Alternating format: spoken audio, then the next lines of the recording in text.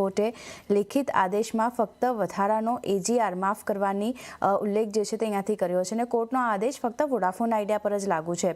બાકી કંપનીઓને આનો ફાયદો નહીં મળતો જોવા મળે. સમાચારની વધુ વિગતો લઈએ. સહયોગી ચાંદની શુક્લા આપણી સાથે જોડાઈ ગયા છે. જે ચાંદની, ગુડ આફ્ટરનૂન. જણાવો, વોડાફોન આઈડિયાના AGRને લઈને સુપ્રીમ કોર્ટનો નવો આદેશ શું આવ્યો છે? જે સુપ્રીમ કોર્ટ તરફથી વોડાફોન આઈડિયા કેસ મુદ્દે ફરી એક અપડેટ આવતી આપણે જોઈ રહ્યા છીએ. શું છે ડિટેલ્સ? તો વોડાફોન આઈડિયા AGR મુદ્દે સુપ્રીમ કોર્ટનો એક રિટર્ન ઓર્ડર આપણે આવતો જોઈ રહ્યા છે, જે અંતર્ગત માત્ર વધારાનું જે AGR છે વોડાફોન આઈડિયાનું એ અહીંયાથી એની માફી માટે એની છૂટ માટે ખાસ કરીને એના પૂરતું એક મર્યાદિત રહેશે.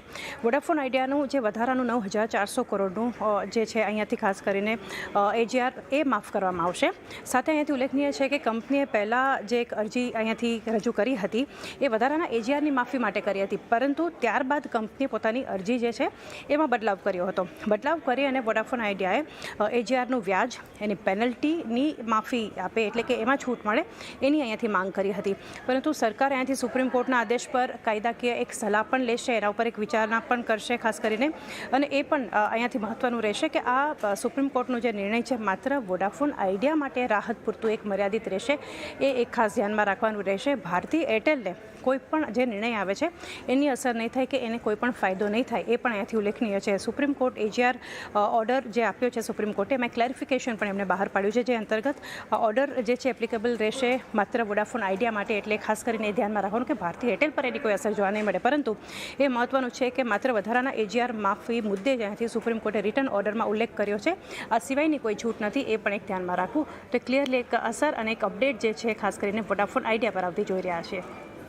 આભાર ચાંદની આપનો સમગ્ર માહિતી આપવા માટે. તો જે રીતે આપણે જોઈ રહ્યા છે, વોડાફોન આઈડિયા પર વધુ એક અપડેટ અને એને લીધે સ્ટોકમાં 6.5% આસપાસનું દબાણ આપણને બનતું દેખાઈ રહ્યું છે. જગદીશજી, વોડાફોન આઈડિયા ઘણો વિવાદિત સ્ટોક આ બનતો દેખાઈ રહ્યો છે હવે, કારણ કે સુપ્રીમ કોર્ટ તરફથી વધુ એક ડેવલપમેન્ટ આપણને અહીંયા આવતું દેખાયું છે. ફક્ત વધારાના AGR માફ કરવાનો ઉલ્લેખ અહીંયાથી કરવામાં આવ્યો છે અને ખાલી વોડાફોન આઈડિયા માટે આ નિર્ણય જે છે ત્યાંથી લેવામાં આવતો જોવા મળી શકે છે. કઈ રીતે જોઈ રહ્યા છો? કારણ કે આપણે ન્યૂઝનું રિએક્શન સ્ટોક પર જોયું છે. એક મહિનાની જો વાત કરી લઈએ તો ઓલમોસ્ટ 7%ની તેજી, 8%ની તેજી આપણને વોડાફોન આઈડિયામાં બનતી દેખાઈ રહી છે અને એક દિવસમાં ઓલમોસ્ટ 6.5% જેટલો સ્ટોક ઘટ્યો છે. અહીંયા કઈ રીતે ધ્યાન રાખવું? કારણ કે ઘણા બધા સમાચાર જે છે તે અહીંયા અસર કરતા હોય છે અને હવે જે રીતે સુપ્રીમ કોર્ટ તરફથી આ નિર્ણય લેવામાં આવ્યો છે, શું વ્યૂ? બાકી જો સુપ્રીમ કોર્ટનો જે રિટર્ન ઓર્ડર આવ્યો છે, કારણ government was also waiting for the return order of the supreme court. એમાં વોડાફોનમાં અત્યારે જે રિટર્ન ઓર્ડર છે એમાંથી એવું લાગે છે કે વોડાફોન આઈડિયાને જે ઇનફ ફાઇનાન્શિયલ બેનિફિટ મળવા જોઈતા હતા ગવર્મેન્ટમાં રિલીફ થઈને, તે ખાલી માત્ર એડિશનલ AGR ડિમાન્ડ પૂરતું જ છે. સેન્ટરે એક લીગલ વ્યૂ ફરીવાર સુપ્રીમ કોર્ટના ઓર્ડર પર વોડાફોન માટે માંગ્યો છે, એડિશનલ ગ્રોસ રેવન્યુ માટે, કે એનો જે ન્યૂઝ છે એના પર જે રિલીફ આપવાની વાત કરી છે. આ પર્ટિક્યુલર કંપની સરકારે પોતે કહ્યું કે 49% સ્ટેક એમનો છે અને 51% કંપનીનો સ્ટેક છે. અને આ એક રિટર્ન ઓર્ડરમાં બહુ સ્પષ્ટતા કરવામાં આવી છે કે this will solely apply to Vodafone Idea only. અને પિટિશનમાં એ પણ ઓબ્ઝર્વ કરવામાં આવ્યું છે કે it will be restrict the claim only to the AGR demand raise by the department of telecommunication for 2016-17. હવે તમે આ આંકડો તમે જુઓ તો એ ખાલી 5,600 કરોડનો છે. અને જે ટોટલ ડ્યુઝ ભરવાના જે આવે છે આ પર્ટિક્યુલર કંપનીને વિથ ઇન્ટરેસ્ટ એન્ડ પેનલ્ટી, એ ટોટલ તમે કરો તો it works out more than about 80,000 crores. હવે ખાલી 5,600 કરોડની જો રિલીફ માત્ર આ કંપનીને મળે તો હું નથી માનતો કે કંપની એમાંથી કોઈ વધારે જલ્દી બહાર નીકળી શકે. એટલે આ વી ડોન્ટ નો એક્ઝેક્ટલી, કારણ કે જે અત્યારે કરંટ આઉટસ્ટેન્ડિંગ ભારતીયનું છે એ પણ લગભગ 37,100 કરોડનું છે.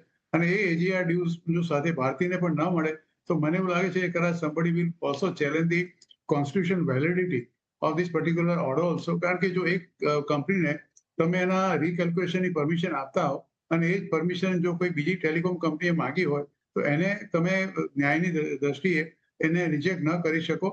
એટલે મને એવું લાગે છે વિવાદનો મતપૂડો પરિવાર છેડાયો છે.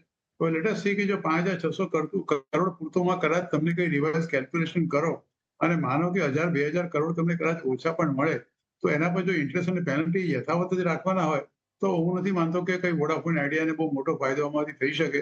સરકારને પણ કોઈ મોટો ફાયદો થવાનો નથી. સરકાર પોતે કોઈક આના વિશે નવો અભિપ્રાય લેવા જઈ રહી છે. એટલે let S see what is happening in the future. પણ જે એક મોટું એક આશાનું કિરણ બંધાયું હતું, અત્યારે મને એવું લાગે છે કે કદાચ એના પર તો પાણી ફરી વળ્યું છે. તો વ્યૂ નેગેટિવ વોડાફોન આઈડિયા માટે અહીંયા બનતો દેખાઈ રહ્યો છે, ધ્યાન રાખવાનું રહેશે. કિરણ,